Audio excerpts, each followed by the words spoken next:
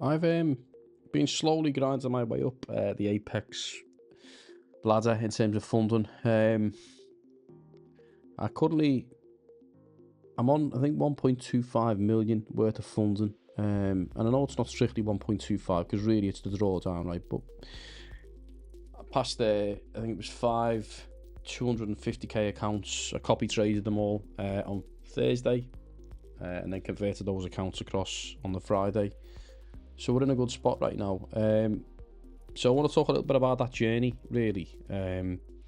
Go over it, explain about kind of how I've changed dramatically. I mean, my trading style. Something's triggered, right? When you get this, if you're a trader, there's certain little milestones that you hit, and something just changes, and it's like a step change, and each little step change you get is like the next little rung up the ladder, right? Becoming a better trader. And I'm probably at a point now where I'm confident that I can trade enough where I can be profitable. So much so that now, actually, I'm more net positive in returns from Apex than what I've spent. So that's a good position to be in, right? And that's I guess it's got to be a goal. I mean, you don't want to be putting all of your finances into evaluations only to not get any payouts, because effectively it's not a good model, right? So I want to talk a little bit about the journey. I want to talk exactly how I trade and how it's been kind of a complete change from how I used to think about trading. I used to be very ICT based, right, and smart money concepts and stuff like that, and I realized that the complexities involved in that is just too much, right? It's like there's so many little nuances and changes and all that kind of stuff that it's like, what's the point? I need to be able to execute a strategy that I like, that I've created myself. And that big change, by the way, is that don't mimic other people's strategies. Create something yourself.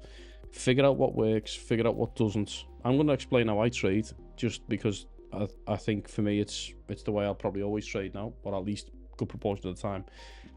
But having something unique for yourself and not having to copy others is probably the biggest thing that has made me a profitable trader. So let's dive in. So let's start off, right? So this is my Apex trader funding search, right? So each one of these is effectively a PA. Now, I've failed a lot of these. I've had payouts, but I've also failed.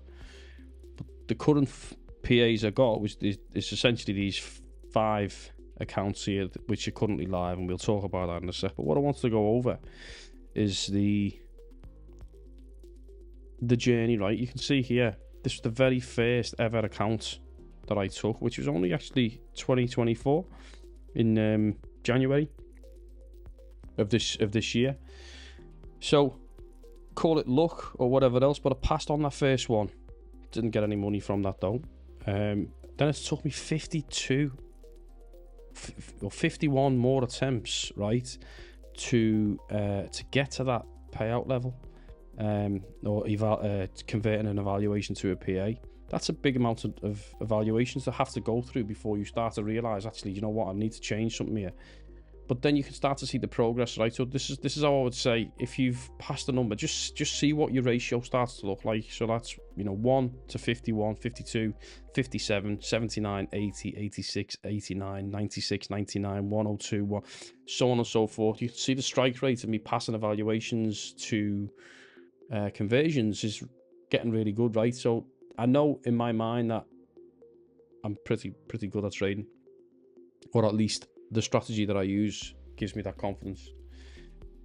In terms of the charts, right now these 5 accounts literally only had one day. It was a good start, and I think that's an important factor as well, getting a good start on your PAs. I have to take this to 6,600 to get a payout, but you can see first day we traded 1,800 on one account and just over $1,000 on each of the other accounts. So it's a good start. It's not perfect because I wanted 1,800 on each. But it's a good start, and if I could maintain, $1,000 a day, I mean, I'm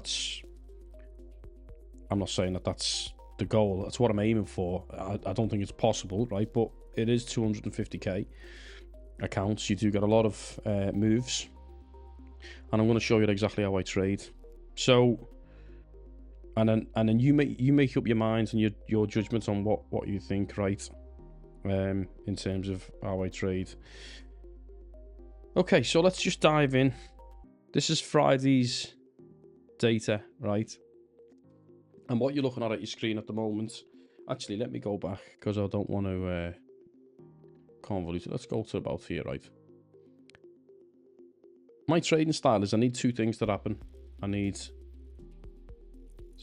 have to understand liquidity, but I need to see what's going on within each session's range, right? So, for example, this is Asia's range. Now, Asia kicks off at 11 p.m. my time, or actually it's 12 p.m. It's 1 a.m. UK time, sorry. So that kind of gap there is not really too much that I'm interested in. But while I'm asleep, Asia's range is building, right? And then when I wake up in the morning, the first thing I'm looking at is where's the high, where's the low.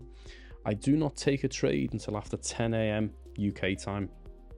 And there's a really important reason. What I'm looking for is for Asia to finish its session, because then I'm only interested in the liquidity of either the high or the low of Asia for that kind of manipulated move from London. Because what tends to happen is, or what I've realized over time is, with liquidity, bigger players, you know, your hedge funds, your institutions, all these bigger companies that is moving a lot of capital, they want to trade where liquidity's at its highest, right? Because, you know, at highs and lows, it's notorious for capturing people who are expecting the breakout, and then will lump large amounts of capital in thinking the price is going to moon. But it will also trigger stop losses who shorted at the high or went long at the low, right? And so they all convert into the opposing order. So if it was a buy, it becomes a seller. If it was a sell, it becomes a buy. And of course, the other one is liquidations as well, right? So a lot of capital gets exchanged at those highs and lows of sessions, specifically once that session's finished and it's, you know, let us know where the high and low is. And so for me, what I'm looking for the first part of our equation is when we take a high or a low of Asia, are we going to do something else, which is the second part of the equation. So the second part of the equation is standard deviation of VWAP, right? And the reason I think of VWAP is because it's volume weighted, right? It's not just price action, it's driven by volume as well. I had a chap reach out to me recently and said to me, why bother using VWAP deviations when you can just use Bollinger Bands? And I thought, well, the reality of a Bollinger Band is it's just, you know, it's deviation of a simple moving average, right? It's just an SMA. There's no volume incorporated. Volume's key because you want to understand where the larger orders are being placed, which is why VWAP is a much stronger tool specifically for session trading, because that's really where I'm interested in. Where's the volume within these days, within the day's trading? So that's what I'm capitalizing on. So what I'm going to do is overlay this, but I'm just going to give you a quick lesson on deviations, right? Because they're a key concept. This is a standard deviation. These percentages here is the same percentages that's used across every single data set. You know, take a class, you know, set of 20 pupils who are taking a maths class or a maths test or some test. The results of those 20 pupils will fall into, you know, loosely but quite close over thousands and thousands of these sample studies within these ranges. So, you know, 34%. So if zero, let's say 0 point was, if it was a test on 20 questions, right? Maybe the majority of people get a B or a C, right? But then the outlier, or as the deviation starts to curve, you know, less students might get a C or a D, and then even less might get an E or an F. Whereas at the other side of the curve, the plus side, someone might get an A or even an A star as the deviation goes higher. But the general mean might fall as a B or a C, right, as an example. So the reason that's important, this data set, is we can use this for trading, right? And so if I look at this bell curve here, right, this is our sample set, right? This is our data. This center point here is the mean where most traded data is, or most volume is traded, is the VWAP, and that's why it's a really key statistic. The deviations, that's standard deviation 2, that's standard deviation 3, they're the points on the chart where when price gets to that level within a session, it gets really erratic. It's the amount of time in a session it spends. So you can see here, you know, so far price hasn't spent a lot of time above the second standard deviation. You know, we have a little nobble there, we have a couple of little nibbles here, and then a larger nibble there, but we haven't gone above the third standard deviation at all during this session on Friday. You know, if I take you back to this sample set here, you know, above 3 standard deviations, it's 0.1% of the time within that session price will spend above or below that third standard deviation, to the downside or the upside, sorry. The majority of the time it will spend its time within this price between 1 standard deviation either side of 0. So it's a really key thing to understand, specifically when it comes to trading, because with a standard deviation, right, it's like an elastic band.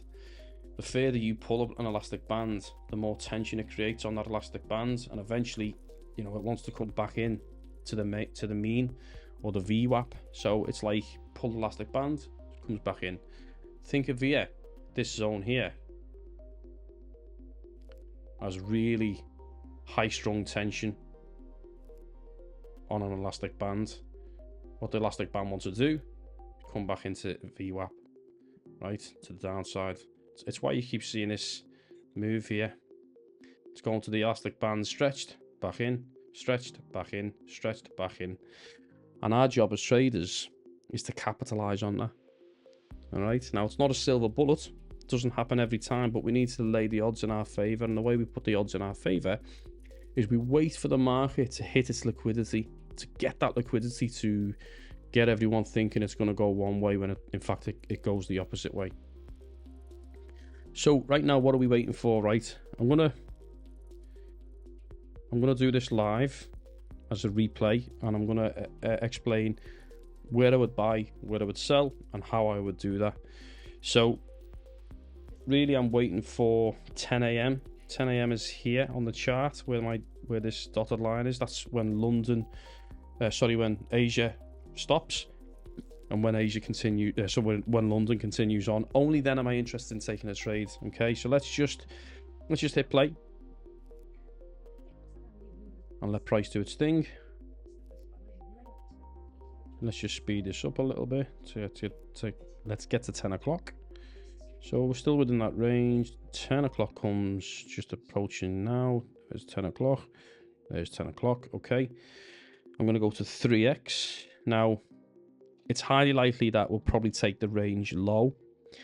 I'm only really interested in getting in when we're kind of at this third standard deviation right now. One thing to be mindful of, in the London session, I'm probably going to trade 3 minis because volatility is much lower, so you can stomach a bit more of a move. This is how I approach it, right? And remember I'm trading on the 250Ks. In the New York session, I'm only ever going to trade one contract because it's relative to that price swing, right? So if price does come down and break into this zone, I'm going to be targeting the VWAP for my exit of the trade. I'm going to give myself $1,000 in terms of risk because I've got plenty of drawdown available to me, right? And I'd probably say as well, the thing what's really helped me is actually probably a topic that's probably going to raise a bit of debate, but actually Apex trades, Apex Trader Funder, trading funded. How many of these have I had? Has forced you with the DCAs, right? Because in the past I've probably lost way too many PAs by just DCAing in, right, expecting that reversal, because it's easy, right? You're going to be able to pay for another one if you get an evaluation and blah blah. I found now with the way the DCA, or they only allow you to do one DCA, has actually helped me a lot, because now I'm forcing myself to use stop losses, which I never really used to use, right? So I think that's been a bit of a differentiator.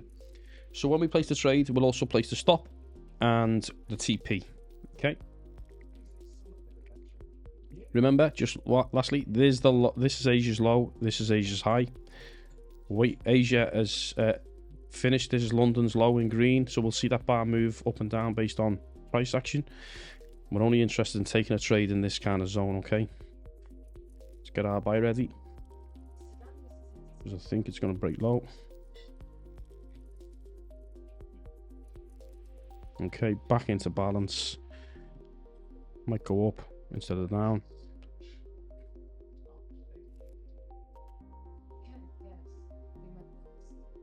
Okay, looking likely to break down. Oh, break of the low. See, it's just tagged the second standard deviation. I wouldn't get in yet. I want to see a deeper move down. Okay, I'll be thinking about a move if it breaks down again. Okay, happy with that. I'll hit pause. Just explain a few things now. So with 3 contracts, my stop loss I'll be taking as $1,000 risk. Okay, which is about there. And TP, probably aiming at VWAP. Okay, so it's about a 1-to-1 risk to reward ratio. Let's hit play.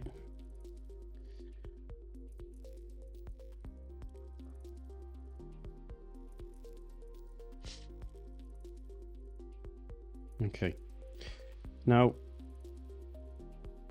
because price slips so much that off that one move, that give us a nice $1,400 start.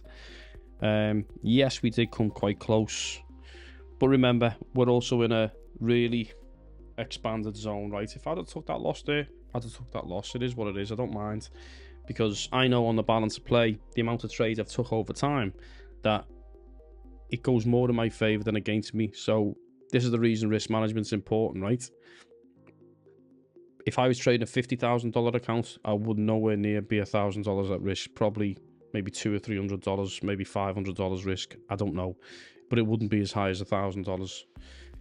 Okay, so first one's in, and we're on a good start.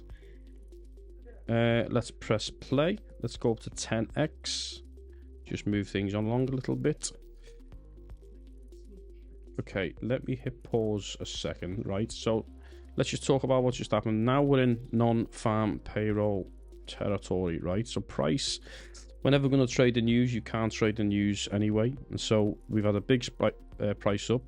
There's that peak above the third standard deviation. That's that point, remember, where it spends 0.1% of the time during the whole session in that area. And clearly that's just happened there.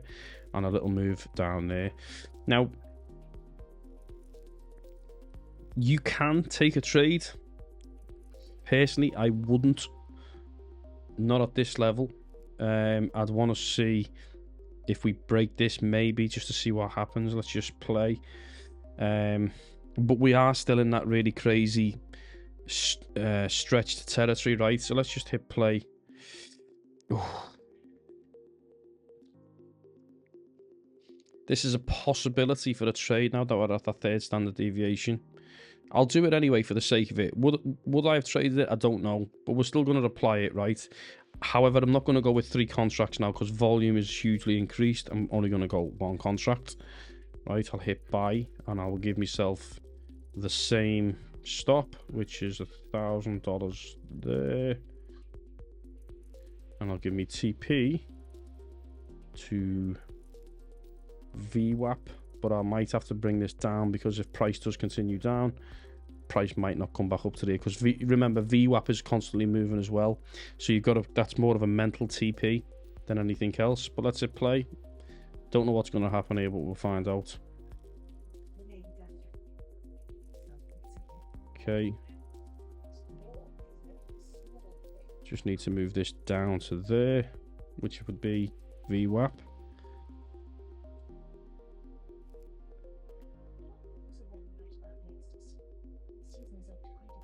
and that would have been a nice trade. So that would have been 2. That puts us at $3,000. Whether I would have taken this trade, I don't know. I just my absolute, Bible has to be that we take liquidity at a high or a low, and then we're also in that deviation point. These are more riskier because yes, we are in third standard deviation territory, and I do expect a reversal because we're so far out of balance. But the second conviction that I need, which is the liquidity taking piece, hasn't taken effect of a high or a low. I mean, we'd already taken Asia's low on that previous move, so. But now what are we waiting for? Now it's understanding what London's going to do for when London closes. Nice little thumbs up there. Let's go to 10x and let's hit play. Let's price do its thing. I imagine after such a big move, it'll consolidate for a bit. Okay, now, so it's 5 p.m. Here. Right, this is easy in hindsight, right? Remember, I'm not claiming that this is all, oh, this is what I would have done. I'm just explaining to you when I would take a trade based upon these conditions, right? Don't take this as me saying, here's where I got into a trade. It wasn't. I don't know even if I was at the chart at the time when this would have happened, but this is how I would apply my trade based on these elements. So let's hit play. So where's 5 o'clock? Let's go past 5. There's 5 o'clock done. Okay, so now what we should see is this is now going to take London away from us, right? So whether we take a high or a low, I'm only going to be interested if we do, as long as we're in that third standard deviation. My conviction rate is a lot higher at that point. So let's go press play for a little bit more. Oh, let's go down to 3. And then I'm going to be looking for a sell, right? But rather than do it by TP, I will do it. Yeah, I'll do TP. Let's just hit play. Anyway, I'm going to hit sell. If we get above that range, because we're already okay, I've hit sell. I'm just going to hit pause here. So stop loss will be $1,000. Okay, and then TP, well, TP is always going to be here, right, which would be nice. But also the other way to play this is to use your stop loss as a way to trade it. So let me just go. I'll hit play. I think will forward just be one that's jumped to real time. So I think this just does one candle. Yeah, okay. Let's just play it out. So far we're in the green. Let's remove the TP. And let's do it via stop loss, right? So really we want to target the here. So I think it's probably fair to start fading this just to give us enough breathing space to see how far we can actually play this move out. Okay, let's fade this again, probably about there, maybe halfway. Okay. Now we're past VWAP, so we would have took our, I can fade this down a little bit more here. Okay. Now I'd go just after VWAP because either way we're on a shot to nothing, right? If we break above the VWAP, great. We took our profit if it goes below. Okay. Another nice move. I'm just going to go to the bottom here. And there you are. Just stopped out. But that got us a nice move again, right? This time, rather than just taking profit at the VWAP, we faded it and trailed it as we went down. And so that in a nutshell is really how I trade. I don't have to worry about any concepts on ICT. I don't have to think about fair value gaps, internal liquidity, you know, all this kind of stuff. I just think balance, out of balance, balance, out of balance, stretched, unstretched. stretched, unstretched. Target of where potentially price is going to go based on where liquidity is going to be higher. That's easy, right? Session high, session low. I also do previous day high and previous day low, simply because previous day low and previous day high, like a session, is also going to have a high liquidity impact. I just simply go on a daily time frame, look at the previous day, create a line for previous day high and create a line for previous day low, and each day I'll move them to the high and low of the next previous day. Easy peasy, with me liquidity of my session on the line. And that's pretty much it. It's been a step change in the way I trade. I just don't have to overcomplicate stuff at all. And so that's, you know, if you've got any value out of this and you liked what you saw, you know, always appreciate a follow and a like. Helps the channel grow. Of course, these 250k accounts are on up until the 15th of July, as you can see there. It really helps me out, by the way, if you are going to buy an account, to just use that code there, EHPODRRH, in the coupon section. I'm an affiliate, obviously, of Apex Trader Funding, and so that would always be a pleasure if you guys sign up. Also, drop a comment if you do sign up using my code. I'd really appreciate that, just to let me know. And also, come and join my Discord server. We building a nice community of traders. That link, all of them links are in the description. I'm also on TikTok. My shorter form stuff is in TikTok, but it's all about this stuff, right? And kind of little sessions, little lessons that I want to bring to the table here and there. So yeah, I just thought I'd give you a little bit of my backstory, a little bit of the journey, how I've got to where I've got to with the trading. And just how I play it simple. I don't try and overcomplicate stuff. And so if you liked it, follow along, and I'll see you in the next one.